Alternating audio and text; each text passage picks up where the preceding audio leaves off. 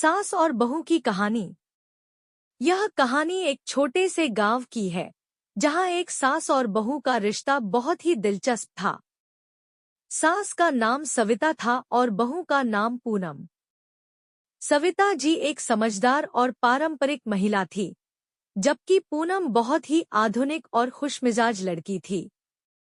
दोनों के बीच अच्छे संबंध थे, लेकिन कभी-कभी छोटे-मोटे मतभेद भी हो जाते थे।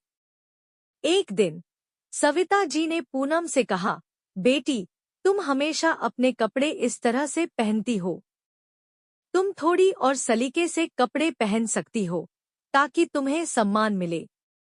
पूनम ने हंसते हुए जवाब दिया, माँ, मैं जो पहनती हूँ, मुझे उसमें आराम मिलता है और मैं खुश रहती हूँ। फैशन में थोड़ा बदलाव आता रहता है, लेकिन खुश रहना सबसे जरूरी है।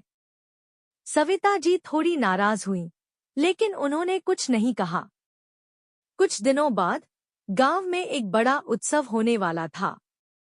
सभी महिलाएं तैयार हो रही थी और सविता जी भी बहुत उत्साहित थी। उन्होंने पूनम से कहा, बेटी, तुम तैयार हो जाओ, मैं तुम्हें एक नई साड़ी दिलवाती हूँ। पूनम ने मुस्कुराते हुए कहा, माँ, मुझे साड़ी नहीं पहननी।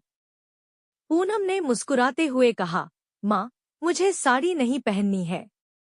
मुझे इस बार अपनी पसंद का ड्रेस पहनने दो। सविता जी ने सोचते हुए कहा, ठीक है, लेकिन जब तुम्हें लोग देखेंगे, तो तुम कैसी दिखोगी? पूनम ने आत्मविश्वास के साथ कहा, माँ, जब मैं खुश होती हूँ, तो वही मेरी सबसे बड़ी खूबसूरती होती है। उत्सव के दिन, जब सभी महिलाएं पारंपरिक साड़ियों में सजी थी, पूनम ने अपना पसंदीदा रंगीन गाउन पहना। सविता जी थोड़ी चिढ़ी हुईं, लेकिन उन्होंने कुछ नहीं कहा। लेकिन जब लोग पूनम की तारीफ करने लगे, तो सविता जी को समझ में आया कि खुश रहना और आत्मविश्वास से बढ़कर कुछ नहीं होता। उत्सव के बाद सविता जी ने पूनम से कहा, बिल्कुल सही कहा था तुमने। मुझे अब समझ में आया कि हर किसी की पसंद और तरीका अलग होता है। पूनम ने मुस्कुराते हुए कहा, माँ, सही कहा आपने, हमें एक दूसरे की पसंद और समझ का सम्मान करना चाहिए। इस छोटी सी घटना ने दोनों के रिश्ते को और मजबूत किया। सास और बहू के बीच अब और भी प्यार और समझ बढ़ गई। दोनों ने एक दूसरे से बहुत कुछ सीखा और अपनी सोच में बदलाव लाया।